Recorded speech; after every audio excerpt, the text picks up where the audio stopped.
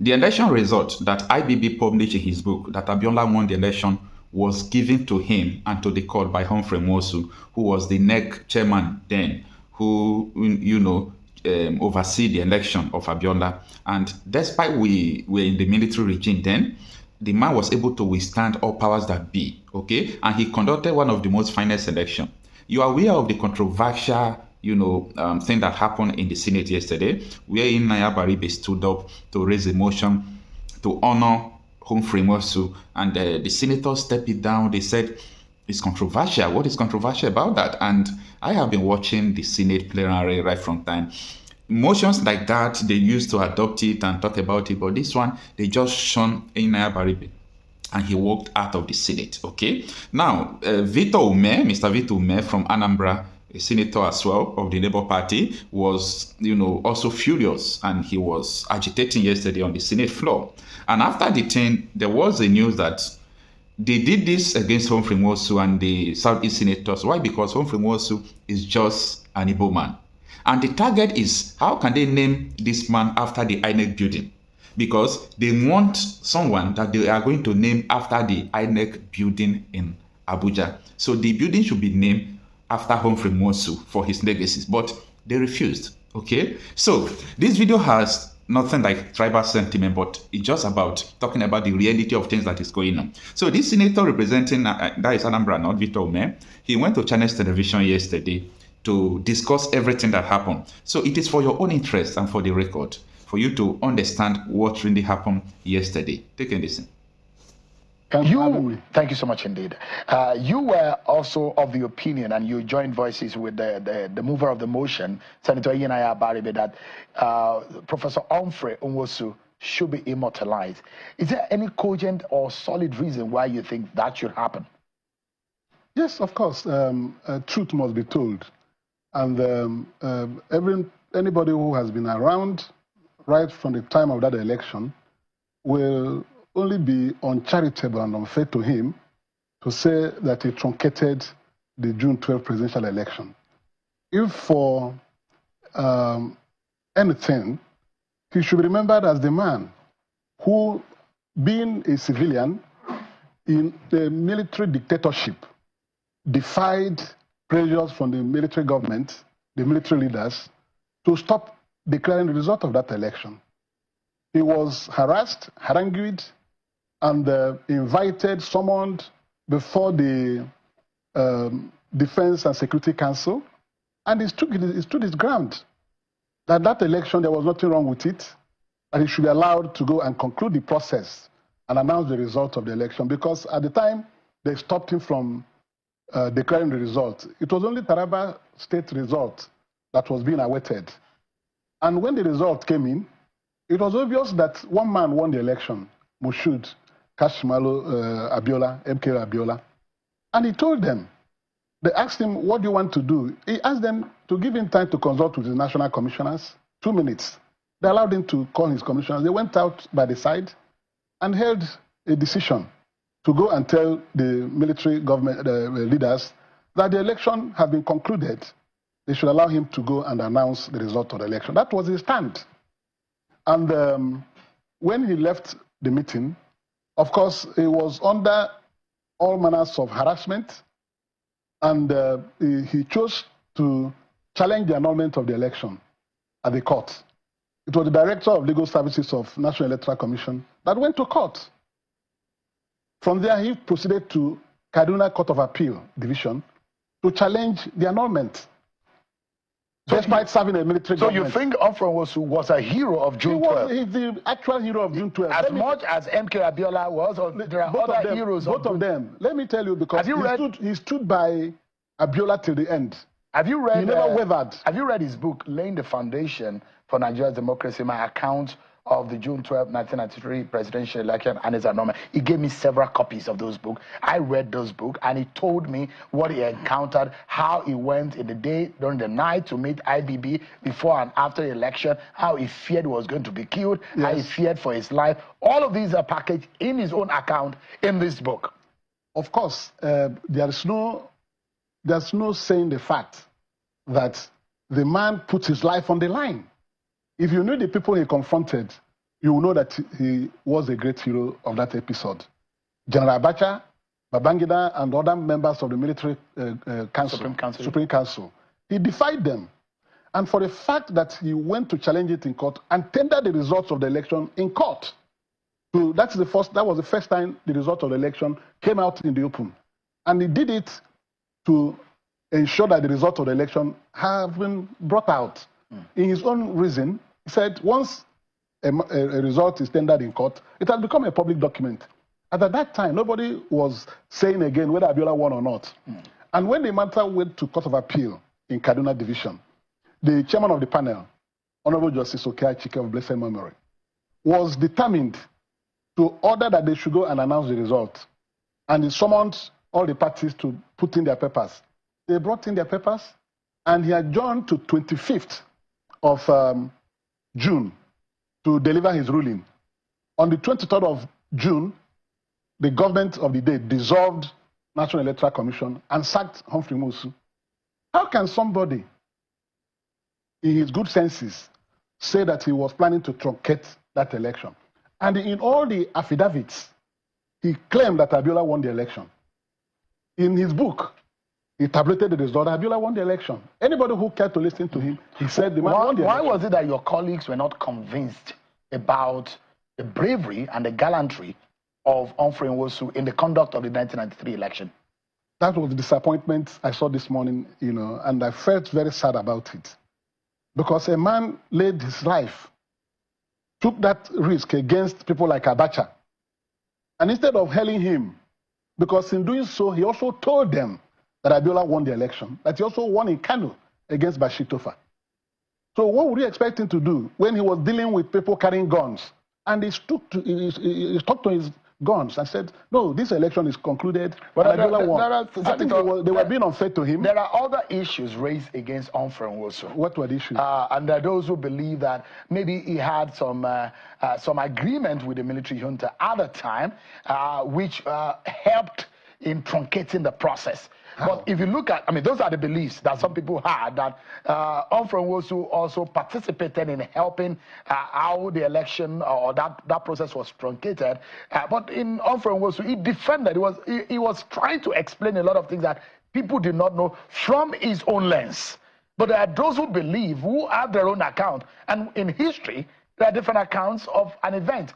There are those who believe, and perhaps the reason why some of your colleagues are saying, Humphrey Wosu is not a hero. In fact, is one of those we should be condemning for how the 1993 election never stood. I was waiting for you to say what he did that would suggest that. Remember that on the 11th of June, 1993, that he was summoned and asked not to proceed with the election.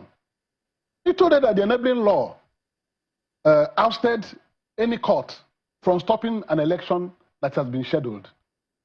And therefore, he went ahead to conduct the election. If he was ready to play like most people would do in the face of military leaders, he would have accepted that the election should no longer go on and pack his things and go away. Nobody will be blaming him. He crossed that hurdle, went and conducted the election. Remember, that was not the first election he conducted. He has conducted House of Assembly elections, governorship elections, National Assembly elections through option F4. And there were no litigations against the election. So this is the last bus stop, presidential election. So and when they wanted to stop him, he refused. Have you read IBB's book? Yes, of course. Did you read parts where he mentioned about the election? Yes, of course. And the role Humphrey That was my grouse this morning. What part of that book? How can somebody be saying that he truncated the election when IBB, the military president at the time, has admitted in his book that he annulled the election, and that Abiola won the election, actually, as put across by Humphrey Wosu. He said it in his book, and said he accepts responsibility. But given another opportunity, he wouldn't have done so. That it was Abiola who won the election. And the results he published in his book were the results made available by Professor Humphrey Wosu.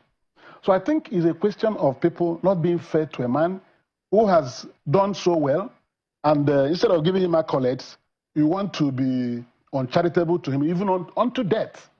This motion came up today at the most timely moment, because he'll be buried on Friday, 2 days away. So there's no way we cannot talk about his contributions in the parliament. Those who have opposing views will say that the man should not be immortalized. Those who say that he should be immortalized should say their views.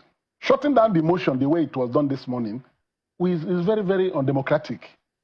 It's very undemocratic because there's no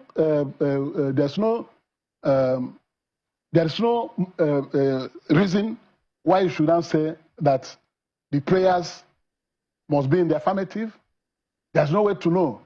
You would have allowed the motion to be debated because we debate such motions every other day in the Senate.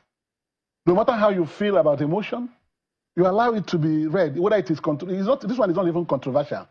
It's just calling for the honor to be done to a man who almost lost his life over a matter, and his bravery has been subdued over the years. It's very unfair. And if you look at the account of Professor Humphrey Nwosu, how the elections was perhaps not going to happen, about 35 days to the election, and how he had to brief the military junta at the time of how ready NEC was. Then 18 hours before the election, there were stories and news about why the election should not go ahead. And he also told me personally of his effort in trying to reach the military president at the time. He also spoke about the result in Rivers, the result in Kanu, and some of the complexities that trailed the election. A lot of issues which Professor Humphrey Wosu, before his death, has also come out to say there are those who distorted the facts and the history. But the fact and history, as far as Humphrey Wosu was concerned, is from his own lens. There are those who felt aggrieved and who still feel aggrieved that Humphrey Wosu is less than a hero of that process. What do you think, or how do you think we go from here? You are from that extraction of the country where Professor Humphrey Wosu is an Enugu man. You spend a lot of time in Enugu too. Yes. And how do you feel, or what do you think can be done since this did not pass through in the Senate today? Well, after Senator Baribe walked out, I didn't take it kindly. I had to work very hard around the chamber to insist that that motion should be recalled. And at the end, there was an agreement that the motion should be recalled tomorrow. I don't know what will happen to it tomorrow, But the truth is that we cannot shut down such a harmless motion that way. If the motion is moved and you feel that the man does not deserve to be so honored, you stand up and say what does immortalizing him mean? Immortalizing him, one of the prayers is to name public institutions after him because he was a hero of that episode. Yeah, there are those who are suggesting that INEC headquarters should be named Humphrey Wosu House. Yes. Even when they went to the INEC yesterday, the INEC expressed the same sentiment that he contributed so much in deepening democracy, wanting democracy to survive. Under a civilian dispensation, Humphrey Wosu would have not faced the kind of challenges he faced in a military dictatorship. That's why people should give him credit. That for the fact that he dragged the issue, also went to court, and the military was forced to dissolve his commission. Well, why, 2 days to the judgment. Yeah, why does it look like it's senators from the Southeast that are pushing this? It's not only Southeast. Didn't you hear? The mover of the motion. The mover of the motion said co-sponsors Senator Bamoro, the minority leader of the Senate, Senator Adamu Aliero, KB State, So it's all about who is actually sponsoring the motion. It's about accepting the motion and allowing it to be debated. If you feel strongly against it. Does Humphrey also look like a hero of the Southeast? Does it look like, a proud, someone from the Southeast that the Igbo people is proud of?